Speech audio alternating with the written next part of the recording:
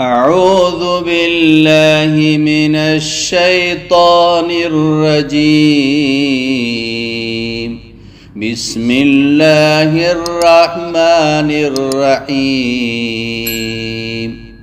هل أتاك حديث الغاشية وجوه يومئذ خاشعة عاملة ناصبة تصلى نارا حامية تسقى من عين آنية ليس لهم طعام إلا من ضريع لا يسمن ولا يغني من جوع وجوه يومئذ ناعمة لسعيها راضية في جنة عالية لا تسمع فيها لاغية فيها عين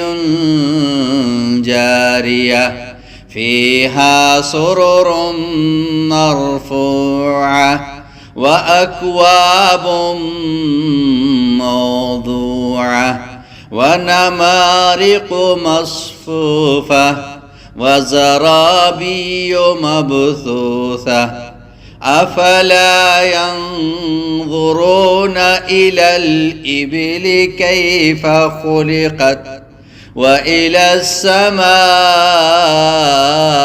كيف رفعت وإلى الجبال كيف نصبت وإلى الأرض كيف سطحت فذكر إنما أنت مذكر لست عليهم بمسيطر إلا من تولى وكفر فيعذبه الله العذاب الأكبر إن إلينا